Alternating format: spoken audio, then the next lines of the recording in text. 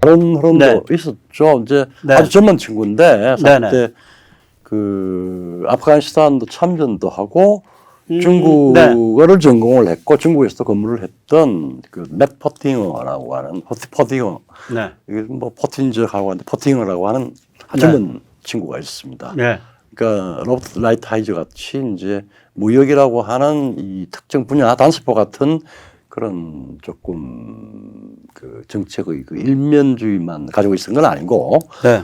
중국의 정책이 자기가 살아보고 중국어 전공을 하고 하는 게 이게 보통 복잡한 놈이 아니다. 이건 그리고, 예, 글로벌 전략 구도에 대한 거를 가지고 접근해야 된다. 특히 이제 그런 관점이죠. EU, 나토 이쪽에 상당한 말하자면은 설득을 해서 같이 걸어놓고 그다음에 뭐 하여튼 글로벌 게임을 가지고 해야 된다라고 하는 이제 그렇죠. 그걸 했고 그 뭐 그때 이제 말하자면은 유럽. 예, 이 사진에 인도, 나오는 이 아저씨거든. 뭐 이런 쪽으로 이제 했는데 사실은 이 친구가 그렇게 큰 힘을 발휘하지는 못했죠. 워낙 이 트럼프라고 하는 이 성격이 네, 그때는 이제 그 반중 고립주의가 대세니까. 대세고 그다음에 국내 정치적인 정도 많고 그래서 이제 캠페인도 다가오고 네. 그러니까 국민들한테 이해하기 쉽게 이제 무역이라고 하면 눈에 보이는 텐저블 한 눈에 보이는 이제 수단을 가지고 막 밀어붙이고 뭐 그렇죠. 그랬는데 이제 퍼팅어적인 거는 그게 복잡하잖아요. 복잡한 걸 복잡하게 풀려고 그러면은 선거에는 별 도움이 안 돼요. 그래서 이제 그 이게 이제 가치지향 글로벌리즘의 어떤 문제의식이 다 나온 거예요. 근데 이게 이제 하나는 일방주의적 단세포적인 무역 수단하고 그다음에 복합적인 가치지향하고 이게 그냥 혼재를 했는데 그러니까 하나는 미중 관계 속에서의 미국 고립주의로 중국을 때리겠다는 그러니까, 거고 다른 하나는 중국을 글로벌 전략 속에서 순치시켜서 압박해서 잡돌이 하겠다는 건데 그때 이제 유럽하고 일본하고 그걸 다 끼워야지 글로벌 구도니까. 뭐. 근데 이 두 번째 글로벌 구도로 생각하는 입장은 트럼프 때 빛을 못 본 거예요. 봤죠. 예. 그게 이제 매튜 포팅어 노선이거든. 근데 이제 뭐 만약에 이런 게 하려고 그러더라도 이렇게 돼서 우리 대한민국 같이 실제 중국을 제어하는데 지금 우리 증명이 되었듯이 중요한 의미를 갖는 근데 우리가 문재앙 정권이었습니다. 그렇지. 또 그 그러니까 손발도 뭐 안 사형도 손발도 안 맞고. 예. 그래서 이제 결국은 그 손뼉이 마주쳐야 됩니다. 그 미국이 이제 그 트럼프 이집트 어설픈 두 기조가 이제 어느 정도 시행착오를 거쳐가지고 증명이 되고 이게 이제 우크라이나 전쟁이라는 관계가 있잖아요. 그게 결정적이죠. 예. 우크라이나 전쟁 때 딱 보니까 어떤 그 동맹이 자기가 죽어라 이렇게 딱 스탠스를 잡고 미국하고 손을 맞춰야 이게 글로벌한 게임이 되죠. 게임이 된다라고 하는 게 이제 그게 증명이 된 거예요. 코틴이 그러거든. 코틴. 이제 그 사람은 그걸 퍼스펙티브, 관점이라고 표현하더라고. 그러니까 우크라이나 전쟁을 통해서 새로운 관점이 증명됐다. 근데 이제 그 관점이라는 게 우리로 치면 이제 접근 방법론이야. 메소돌로지. 그렇죠. 혹은 새로운 스트래티지. 그게 결국 뭐냐면 현지의 자유공화 세력, 현지의 자유공화국이 목숨을 내놓고 자기의 주권과 자유를 위해 분투를 하면 미국을 위시한 이제 그 자유 세력이 그 군사적 개입은 최소화되면서도 혹은 하더라도 그 효과는 어마무시하게 부풀어 오르면서 그렇죠. 또 최소화시키면서 기본적으로 뭘 공급하냐면은 경제 제재 때려주고 감시 정찰 정보 제공하고 그다음에 무기 지원하고 이제 그러한 방법론이 그때 세팅이 됐다라고 커티는 얘기해요. 그때 이제 방법론을 커티는 퍼스펙티브 관점이라고 표현하더라고. 군사 전쟁의 차원에서 우크라이나 전쟁은 이 문제가 글로벌리즘을 전혀 버릴 수 있는 게 아니라 이렇게 풀면 된다지. 이렇게 풀면은 되고 이렇게 그다음에 풀면 여기서는 이제 된다. 가치지향이라고 하는 거는 국제사회의 책임을 지는 선의의 말하자면 파트너들이 모여서 문제 풀면 된다. 그렇게 이제 확립이 되거든요. 그렇게 이제 이게 되는 거지 이제. 손뼉도 맞으셔 소리 나. 그게 그거 된 거지. 그러니까 이 원리 체득이 된 거죠. 그러면은 이것이 이제 우리가 말하는 한국의 12번째 변곡점이랑은 한미 관계 12번째 변곡점이랑 어떤 관계가 있는 거예요? 그게 문제는 여기 제일 중요한 게 현지 우리가 네. 한국의 변화가 네. 굉장히 중요한 새로운 요소고 그걸 미국에서 평가하고 미국에서 재인식하고 혹은 가치를 또 재평가해 주는 거죠. 예, 그러니까 이제 그러니까 한미 동맹이 혹은 한국이 음. 이런 밸류가 있었구나. 네, 네. 그리고 그 내용을 보니까 단순히 그냥 동맹으로서 구조화되어 있는 것 이상으로 네. 우리 스스로가 한국에 대한 평가를 다시 해야 된다라고 하는 걸 보고 오케이 이거는 정말 가치지향 글로벌리즘을 펼 수 있는 아주 핵심의 핵심 코어의 네. 코어 동맹이다라고 하는 네, 거가 된 거죠. 예. 제가 좀 정리를 해보면 예. 그러니까 지금 이제 우리가 아까 코리안 페닌슐라 이니셔티브 미국의 새로운 한반도 구상이 들어오게 된 데는 기본 첫째 조건이 미국 쪽에서의 중국 사랑 글로벌리즘이 가치지향 글로벌리즘으로 바뀌었다 완전히 특히 우크라 전쟁을 계기로 그리고 이제 그 미국의 구도가 바뀐 것. 근데 한국 쪽에서도 바뀌는 게 있었을 거 아니에요. 바뀌었고 바뀐 걸 발견했죠. 네, 그러니까 그거 한 6가지로 정리를 해보면 첫째 지금 특히 윤석열 정부 들어서서 한국이 중국에 대한 그 스탠스가 최근접 공멸 독침이잖아. 그렇죠? 중국이 도발하면 같이 죽어버리고. 정확한 메시지를 내고 있죠. 그리고 능력도 보이고. 그다음에 두 번째는 반도체, 배터리, 원자력 등 첨단 먹거리에 관해서 미국과 파트너다. 한국만한 먹거리 파트너가 없잖아요. 그렇죠, 없죠. 세 번째는 이제 중국을 대체할 제조업 기지를 천지 사방에 만들고 있잖아요. 그렇죠. 베트남, 방글라데시, 인도네시아, 필리핀, 인도, 과테말라, 멕시코 안 가는 데가 없잖아. 네. 판 깔았는데 우리가 다 갑니다. 예. 네 번째는 첨단 비핵 무기 공급자잖아. 그렇죠. 그러니까 필리핀, 인도네시아, 베트남, 말레이시아, 태국 등한테 중국에 저항할 수 있는 비핵 무기 공급하고 자국들이 살 수 있고 그다음에 자국들이 사용 가능한 그리고 빨리 확보할 수 있고 그다음에 폴란드, 루마니아, 우크라이나, 핀란드, 에스토니아, 노르웨이한테 러시아에 저항할 무기를 공급하잖아. 그렇죠. 그리고 또 중동에 중국 입김에 저항할 무기를 공급하잖아. 그렇죠. 그 네 번째. 다섯 번째가 한류를 통해서 인류 보편의 서방 가치. 이때 서방이라는 거는 가치의 관점이에요. 그러니까 지리적 관점이 아니죠. 인류 보편의 서방 가치. 그러니까 자유, 인권, 개인, 견제와 균형, 민주주의, 신앙과 종교 이런 것들을 전도하잖아 우리가. 그럼 굉장히 무서운 겁니다. 예, 이게 이제 무서운 거죠. 왜냐하면 중국이 얼마나 허접한지 보여주는 거니까 소프트 파워에서. 그렇죠. 허접하고 얼마나 저게 흉측하다 이걸 보여주는 거라서 그렇죠. 소프트 파워에서. 여섯 번째가 이제 이게 참 또 재밌는 건데 2022년 대선 혁명을 통해 한국의 정치 문화가 급속하게 정상화되고 성장하고 있잖아요. 방향을 잡았죠. 뭐 아직 그게 성에 안 찬 사람들도 많이 있기는 하지만 방향 다 잡았습니다. 이쯤 되면 미국이 한국의 동맹으로서의 가치를 그러니까 재발견, 재평가할 수밖에 없죠. 그렇죠. 그러니까 revaluation of ROK-US Alliance, 한미 동맹 가치 절상. 한미 동맹 가치 절상. 이렇게 된 거예요, 이게. 70년대 말 지미 카터와는 정반대 상황이에요. 지미 카터는 그건 악질이야.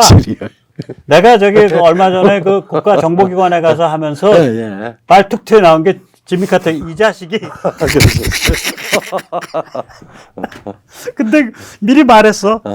국가기관에서 나 부르지 마세요. 나는 컨트롤 안 되는 사람이니까 제발 부르지 마세요. 내가 다음번에 여기 다시 안 올 거기 때문에 오늘 그냥 내가 할 말 다 하고 갑니다. 그래놓고 파워포인트 넘기면서 지미 카터가 딱 나오고 박정희 대통령이 이 자식이 말이야. 아마 그거 여기 미 대사관에 보고 왔을 거야. 뭐 그럴 수 있죠. 쟤는요, 쟤는 잘못 따르면 엄청난 악질 반미입니다. 이렇게. 써너 비치라. 너무 웃겨. 자, 그러니까 그래서 이제 미국 사이드에서는 이렇게 중국 사랑 타락 글로벌리즘이 망하고 반중 가치 지향 글로벌리즘으로 바뀌었고 예. 한국 사이드에선 지금 방금 드린 6가지 변화가 일어나서 미국에 딱 그게 뭐냐면 예. 왜 그 바이든이 예. 그 저기 어디야 그 뭐지 아메리칸 파이 부르니까 네. 윤 대통령이 네. 야 얘 봐 얘봐 그 표정 있었어 그 노인네. 나는 그게 미국의 그러니까 한미 동맹 가치 절상이야.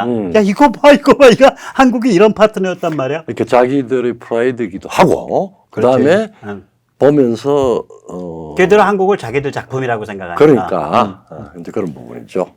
근데 이건 이제 우리가 그냥 일방적으로 뭐 이래저래 하고 막 여러 가지 사실 미국 측에서 문제를 일으킨 게 많았단 말이에요. 우리 지금 12번 변곡점이야. 12번 70년 동안. 그런 게 아니고 정말 수평적이고 상당히 호혜적인 파트너구나. 아주 핵심. 핵심이야. 이제 차례로 나올 텐데. 네. 그러니까 이제 그 결과 중에 하나가 지금 사진에 보는 이런 그림이거든. 이제 한미일 삼각체제. 네, 그렇죠. 네. 네. 한미일 삼각체제. 이제 이런 결과예요, 이게. 그렇죠. 이제. 예. 자, 그런데 말이죠. 이제부터 이제 본론 비슷하게 들어가는 거죠. 그렇죠. 8월 18일에 미 대통령 별장인 캠프 데이비드에서 한미일 3국 정상회담이 열리죠. 네, 예. 일단 캠프 데이비드에서 정상회담이 열렸다는 얘기를 내가 별로 들어본 적이 없는 것 같은데 우리가 둘이서 전공이 왜 그러냐? 둘이서 한참 한 3, 4분 데이비드 없었는데 뭘 찾아보고 딱 생각난 게 제 입학할 때 78년에 그 지미 카터하고 그러니까 저희 중동 평화를 놓고 캠프 데이비드 협정이라고 하는 게 생각이 나서 그게 떨어졌다. 이제 그 검색을 해봤지 이 사진이거든 이게. 캠프 데이비드 우리는 이제 대통령이 캠프 데이비드에 가서 쉬었다 뭐 이런 얘기만 들어봤지. 그렇죠. 네. 정상회담이 캠프 데이비드에서 열리는 건 거의 드물어요. 그래서 뒤져보니까 2번 있어서 45년 이후로. 예. 첫 번째가 78년. 78년도에 이제 이 자식 하는 지미 카터 때 그 사실 중동 긴장이 굉장히 고조되어 있었죠. 그때 이제 이스라엘 백인 수상하고 그 다음에 이집트 피격당했지만은 사드 대통령을 불러가지고 화해를 시켜서 그 중동 평화에 대한 캠프 데이비드 협정이라고 하는 게 뒤에 다시 상기가 됐어요. 예, 그 중동 평화의 그때 그 초석이야 그게. 초석이죠. 예. 그래서 이제 이집트가 그 이후로 그렇죠. 친미로 도는 거지. 그렇죠. 그러면서 중동 평화의 주춧돌이 된 거야. 주춧돌이죠. 예. 그러니까 그때 이제 친미로 도는 국가의 대표적인 게 이집트하고 요르단이야. 요르단이죠. 예.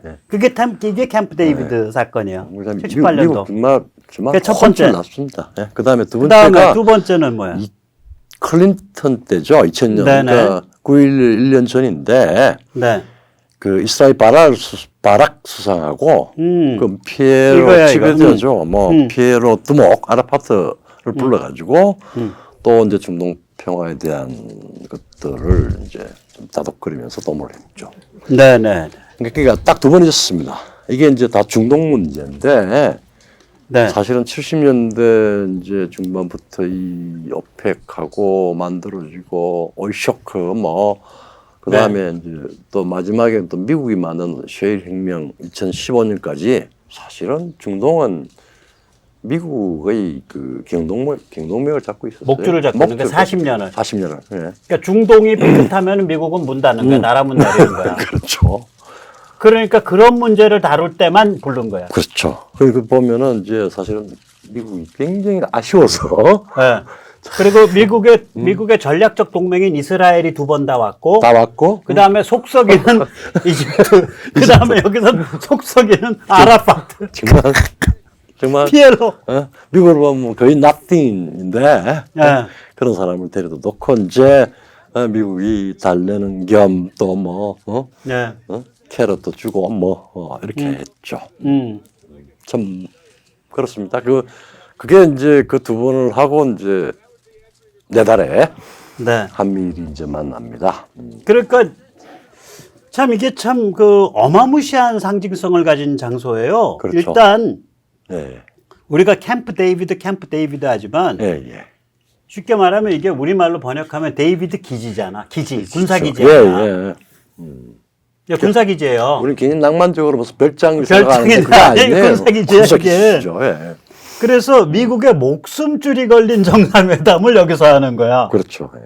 그 한 번은 에집트랑 요르단을 아랍권에서 좀 온건파로 빼내갖고 중동 평화에 주춧돌을 놓기 위해서 이 78년에 카터가 한 번 했고. 그렇죠. 예.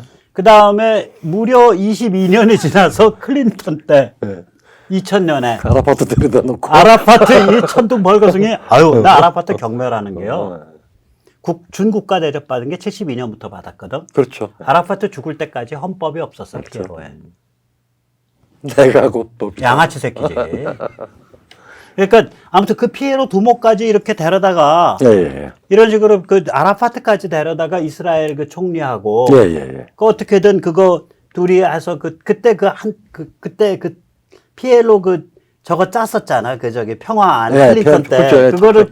그걸 피에로가 털어버렸지. 그렇죠. 왜냐면 얘들은 저기 자살조끼 입혀갖고 테러를 해야 돈을 벌잖아. 그렇죠. 예. 평화를 하면 돈을 못 벌어. 얘들 저기 피에로 그 2인자쯤 되면요. 금도구만 한 평짜리 풀장 같이 만든 욕조에서 살아. 그렇죠. 예. 욕조가 그런 거야. 승금 욕조라고. 한 30억짜리 욕조. 그러니까 애들 시켜갖고 자살조끼 애가 빵 터지게 하고. 그렇죠. 예.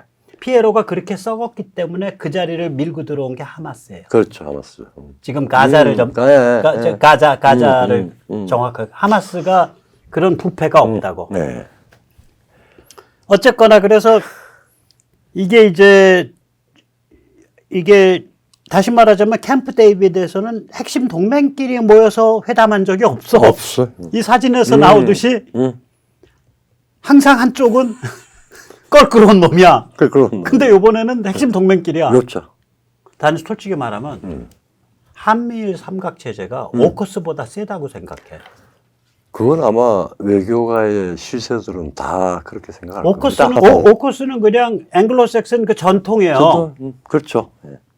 그런데 한미일 이쪽은 이건 실세잖아. 그렇죠. 가장 여기 실세고 지리적 위치도 바로 중국이랑 이게 붙는 자리고. 가장 능력도 있고 가장 똑도 올라 있고 그 다음에 세계 체제에 대한 책임감도 강하고 그리고 그 운명이 중국이랑 붙을 수밖에 없는 지리적 운명을 갖고 있는 나라고. 그러니까 유럽 쪽 중심의 오커스랑은 다르지. 물론 거기 오커스에 오스트레일리아 들어있지만 오스트레일리아는 뭐 룰루랄라니까. 그러면 이게 뭐냐면 미국의 이 한미일 삼각 미국이 주도하는 한미일 삼각 체제가 캠프 데이비드에서 모인다. 근데 캠프 데이비드는 이때까지 한 번도 동맹끼리 모인 적이 없는 자리다. 그렇죠. 그 장소가. 그리고 그게 군사기지다. 예. 그럼 여기 상징이 붙는 거 아니야? 메시지가. 중국에 대한 가장 큰 경고죠. 내가 보기엔 선전포고 아닌 선전포고예요. 그렇죠. 예. 그래서 나는 요번에 참 김건희여서 안 됐어. 안 될 것 같아. 그러니까 못 갈 것 같아. 저기는 보이스 클럽이야. 그렇죠. 남성만 오세요.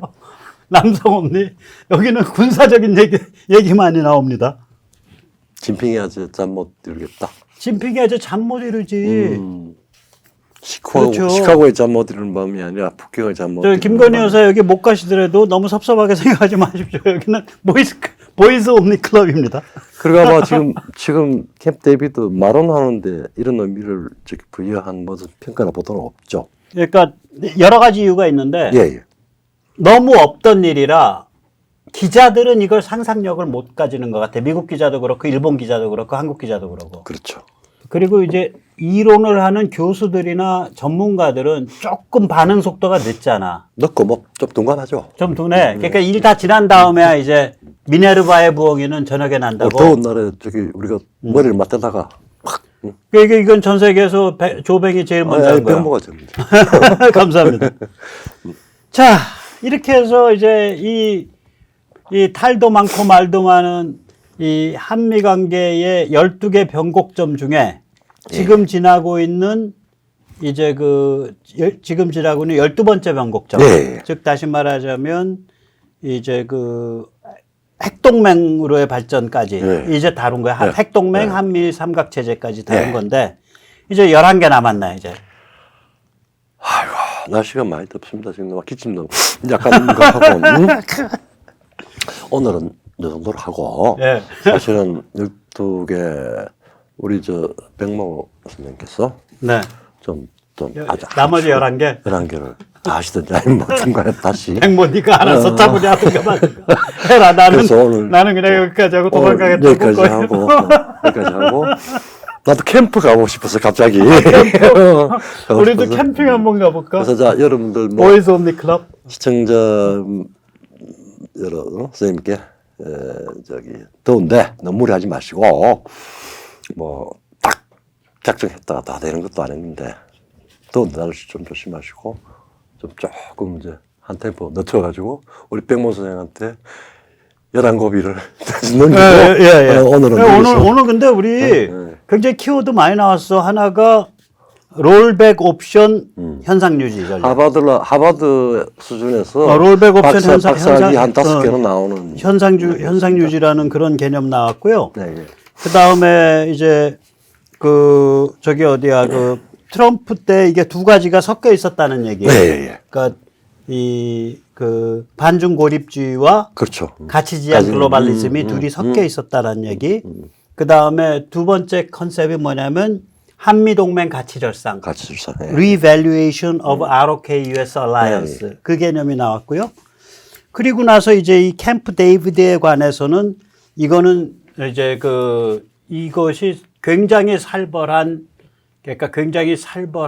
그 장엄한 메시지를 중국한테 주는 거다. 한 번도 경험하지 않은. 시진핑이 한 번도 경험해보지 못한 메시지를 주는 거다. 맞습니다.